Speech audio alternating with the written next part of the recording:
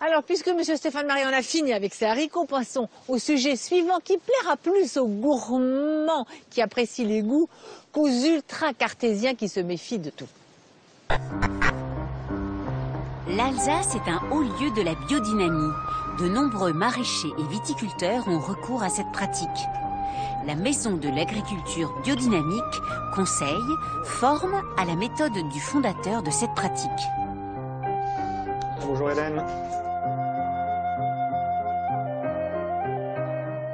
Alors ce mouvement est très ancien puisque c'est vraiment le courant qui a fondé l'agriculture biologique telle qu'on la connaît aujourd'hui, on peut dire ça. Ça date en fait de 1924, époque à laquelle un scientifique et philosophe autrichien qui s'appelle Rudolf Steiner a donné des conseils à des agriculteurs pour leur métier et a donc le premier proposé qu'on se passe totalement de la chimie en agriculture. Il a également donné directement, là pour le coup, les recettes des préparations biodynamiques, c'est-à-dire de ces médicaments, en quelque sorte, de ces médicaments homéopathiques qu'on utilise aujourd'hui pour soigner les sols et les plantes en biodynamie. J'ai besoin ce matin de quelques graines, hop, des poirées et de la mâche. Et aussi, il faut que je prépare des fleurs de pissenlit pour nos préparations. Elles sont belles cette année. Cette pratique demande de la préparation. Dès la fin de l'hiver, le maraîcher déterre un trésor qu'il a enfoui lui-même avant les grands froids. Alors là, c'est une corne de vache que nous avons remplie de bouse et enterrée à l'automne. On l'a laissée 6 mois dans la terre. Au printemps, on la ressort et nous découvrons alors à l'intérieur la bouse de vache qui a évolué dans la corne, un compost bien mûr. Et ce produit qui s'appelle de la bouse de corne, c'est ça qu'on va utiliser en agriculture biodynamique pour soigner les sols.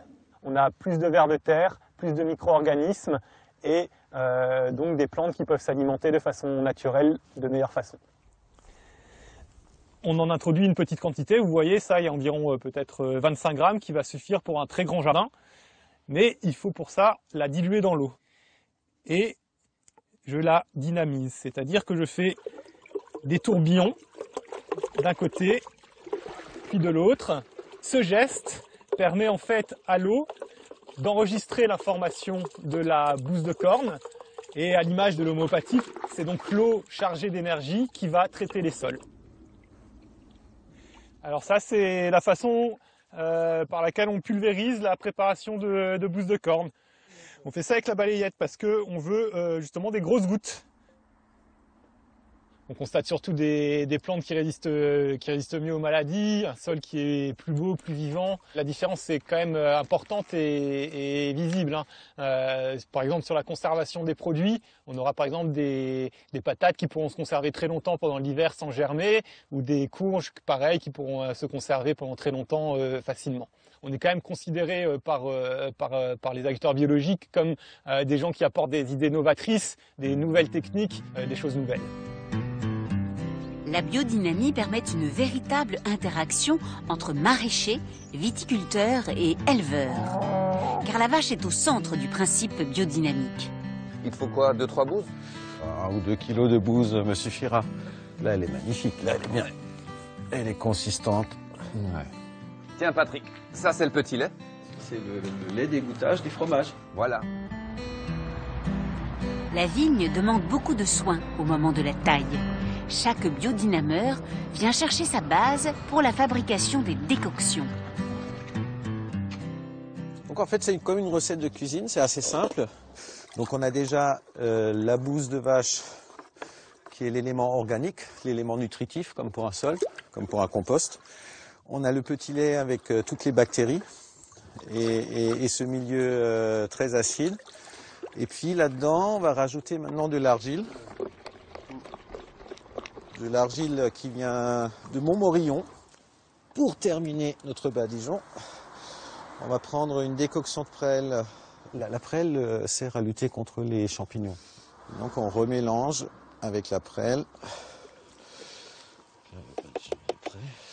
Voilà, donc on a notre badigeon. Et en fait, il s'agit vraiment de badigeonner ce qu'on appelle la couronne en viticulture. Donc cette argile va sécher, et donc c'est un emplâtre autour de cette couronne qui subit forcément par les techniques de taille plein de cicatrices.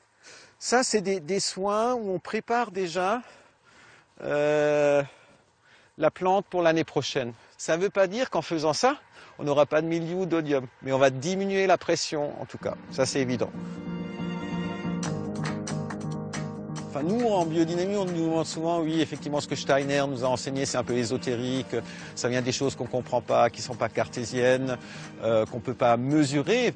On peut juste constater un résultat, on peut constater des différences de goût, on peut constater une différence de santé de la plante, on peut constater une meilleure vitalité dans un sol, mais on n'a pas de résultat très cartésien, c'est vrai. Par contre, il est très simple, c'est du bon sens paysan, il est très simple de les voir, de les ressentir, de les goûter dans un verre de vin. Du coup, en viticulture, on a un développement exponentiel des pratiques en biodynamie.